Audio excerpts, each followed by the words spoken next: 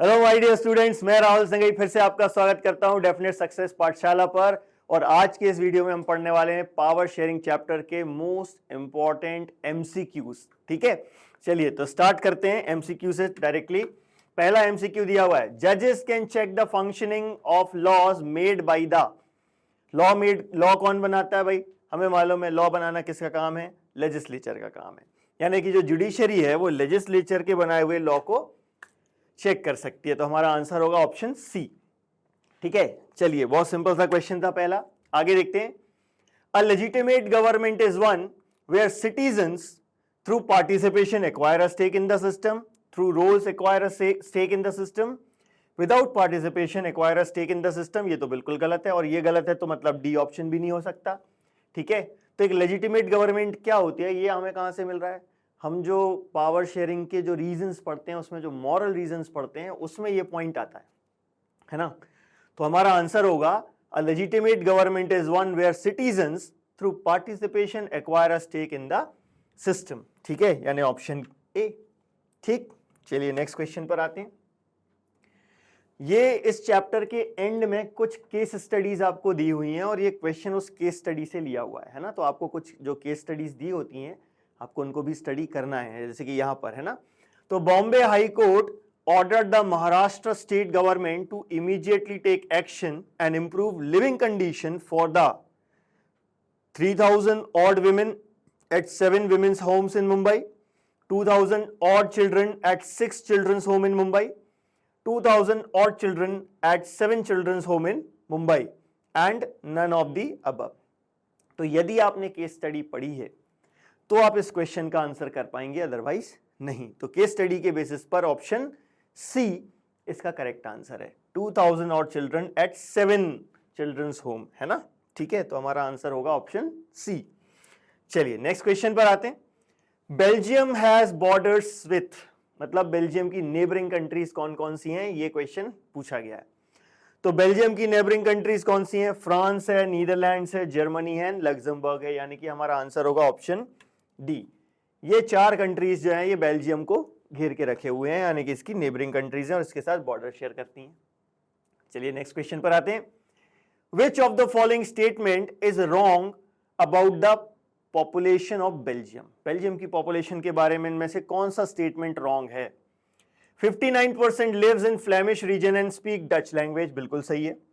40% lives in Wallonia region and speak French language, ये भी बिल्कुल सही है। 1% स्पीक जर्मन लैंग्वेज, ये भी बिल्कुल सही है। मतलब इनमें से कोई भी स्टेटमेंट गलत नहीं है, तो हमारा आंसर होगा option D, none of the above. ठीक, नेक्स्ट क्वेश्चन पर आते हैं। कॉलम ए और कॉलम बी दिया हुआ है, करेक्ट आंसर मैच करना है। चलिए देखते हैं। एथनिक, एथनिक वर्ड का मीनिंग क्या होता है? एथनिक मतलब a social division based on shared culture, यानी फर्स्ट का डी। कौन कौन से ऐसे ऑप्शन दिख रहे हैं जहां फर्स्ट का ऑप्शन डी लगा हुआ है? सी और बी दिख रहे हैं हमको, ठीक है। देन मेजोरिटेरियनिज्म, क्या होता है majoritarianism? Majority community will rule the country in which ever way it wants, यानी डी के बाद आएगा ए, तो ये ऑप्शन नहीं हो सकता, डेफिनेटली यहां आएंगे हम। Then civil war, civil war a conflict between opposing group within a country, third आ जाएगा, उसका ऑप्शन होगा बी। एंड प्रूडेंशियल, प्रूडेंशियल का मतलब केयरफुल कैलकुलेशन, यानी कि सी, हमारा आंसर होगा ऑप्शन बी। चलिए नेक्स्ट क्वेश्चन पर आते हैं अपन। Choose the correct option from the options given below. अब यहां पर हमको परसेंटेज दिया हुआ है और लैंग्वेज दी हुई है कि ये जो लैंग्वेज बोलने वाले लोग हैं उनका परसेंटेज बेल्जियम और श्रीलंका में क्या है। ठीक है, इसके बेसिस पर हमको इसको मैच करना है। ठीक है, तो सिन्हाला स्पीकर्स, श्रीलंका में सिन्हाला स्पीकर्स कितने थे? 74% थे। तमिल स्पीकर्स, तमिल स्पीकर्स कहां पर थे? श्रीलंका में थे, कितने थे? 18% थे। श्रीलंकन तमिल्स उसमें से 13% थे और डच स्पीकिंग पॉपुलेशन बेल्जियम में 59% थी। यानी कि हमारा ऑप्शन होगा डी, ए, बी, सी। और ऐसा कहां दिख रहा है हमको? डी, ए, बी, सी, यानी कि ऑप्शन डी। चलिए नेक्स्ट आते हैं। The special problem in Brussels was regarding, किस चीज के रिगार्डिंग स्पेशल प्रॉब्लम थी ब्रसेल्स में? तो Dutch speaking people constituted a minority in the country but a majority in the capital. नहीं भैया, इसका तो बिल्कुल उल्टा है। कंट्री में ये मेजोरिटी में थे, कैपिटल में माइनॉरिटी में थे, और यही प्रॉब्लम थी। सेकंड ऑप्शन देखते हैं, Dutch speaking people constituted a majority in the country but a minority in the capital. तो हमारा आंसर क्या होगा? Option B. ठीक है, चलिए नेक्स्ट क्वेश्चन पर आते हैं। How many times was the constitution of Belgium was amended between 1970 and 1993? बहुत सिंपल सा आंसर है। कितनी बार अमेंड हुआ था? सभी जानते हैं, 4 बार अमेंडमेंट हुआ था। तो हमारा आंसर होगा ऑप्शन सी। नेक्स्ट क्वेश्चन पर आते हैं, इमेज बेस्ड क्वेश्चन है। चलिए देखिए, ये इमेज आपको दी हुई है आपकी बुक में, और इस इमेज को देखकर पूछा गया है, what according to this cartoon is the relationship between democracy and concentration of power? क्या डेमोक्रेसी में पावर एक जगह कंसंट्रेटेड होती है? बिल्कुल नहीं। तो देखते हैं ऑप्शन क्या दिए हुए।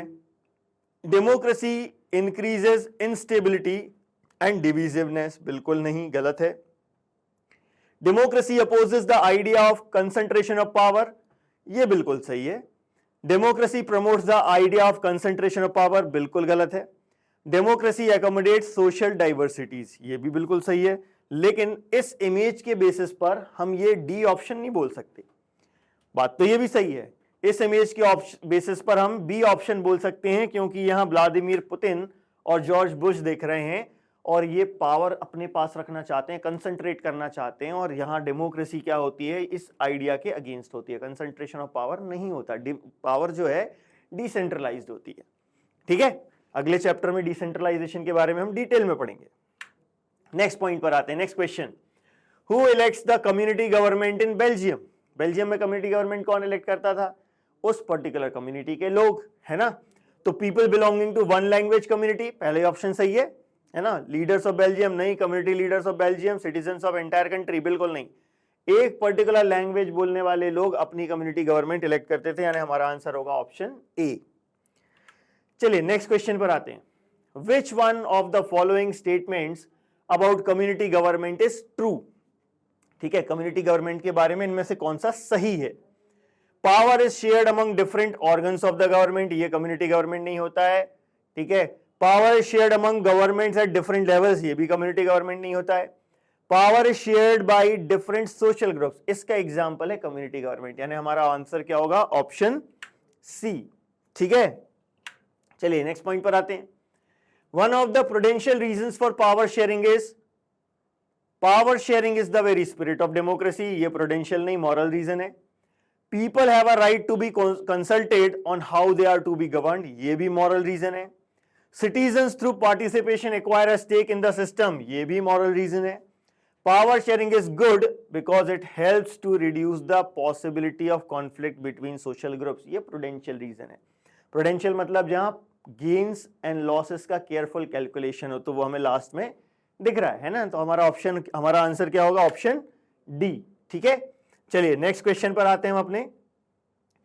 Consider the following statements about power sharing, arrangements in Belgium and Sri Lanka, और उसके बाद हमें बताना है कि इनमें से कौन सा ऑप्शन सही है। In Belgium the Dutch speaking majority people tried to impose their domination on the minority French speaking community, नहीं भैया, बेल्जियम में ऐसा कहां हुआ? यहां तो एकोमोडेशन हुआ, मेजॉरिटेरियनिज्म तो श्रीलंका में हुआ। मतलब पहला ऑप्शन गलत है, ए जो है ये सही नहीं है। इन Sri Lanka the policies of the government shout to ensure the dominance of the Sinhalese speaking majority, ये बिल्कुल सही है।